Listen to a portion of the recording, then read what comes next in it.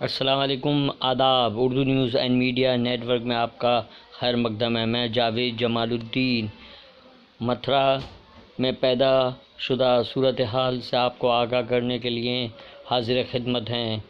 पेश है खुसूसी रिपोर्ट। इस स्पेशल और विशेष रिपोर्ट में आपको ताज़ा तरीन हालात मालूम पड़ेंगे। मथुरा पुलिस ने हिंदू महासभा के जिलाध्यक्ष छाया गौतम जी और नगर अध्यक्ष ऋषि कुमार जी को उनके कार्यकर्ताओं सहित गिरफ्तार कर लिया है, क्योंकि उन्होंने घोषणा की थी 6 दिसंबर को जन्मभूमि मथुरा में पूजा करेंगे। हमारी राष्ट्रीय अध्यक्ष और सभी पदाधिकारी जिला प्रशासन से मांग करते हैं कि हमारे कार्यकर्ताओं को छोड़ दिया जाए और कोई बीच का रास्ता निकाला जाए, जिससे हिंदुओं की भावनाएं भी आहत ना हों और शासन प्रशासन के द्वारा शांति भी कायम रहे। इस बारे में पुलिस और सिविल अफसरान का कहना है कि देखिए, जनपद मथुरा में सोशल मीडिया के माध्यम से कुछ जानकारियां प्राप्त हो रही हैं कि कुछ व्यक्तियों या संगठनों द्वारा आगामी 6 दिसंबर 2021 को कुछ पदयात्राएं या कार्यक्रम आयोजित करने के लिए सोशल मीडिया के माध्यम से लोगों का आह्वान किया जा रहा है।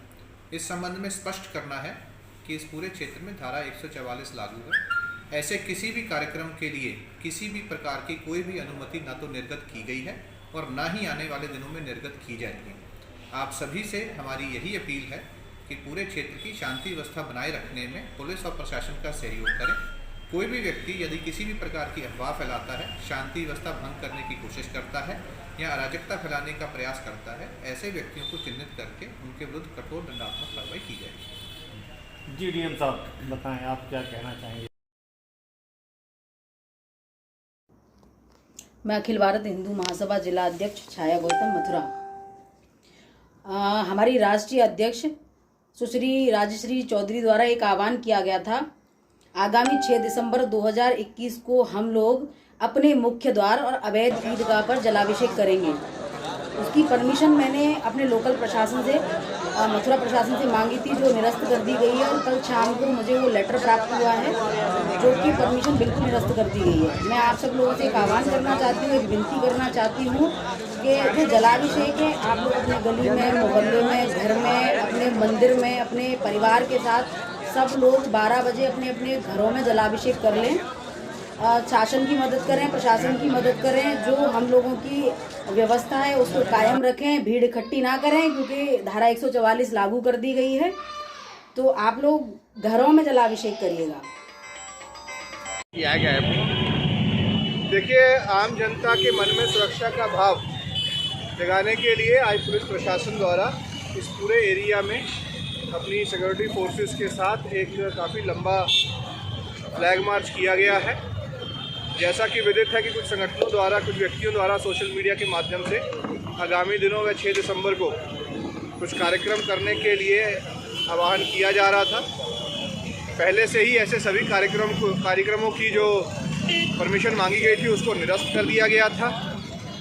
इसके चलते अधिकतम जिन्होंने आह्वान किया था उन्होंने अपने आह्वान वापस लिए हैं, अपने कार्यक्रम भी स्थगित कर दिए हैं।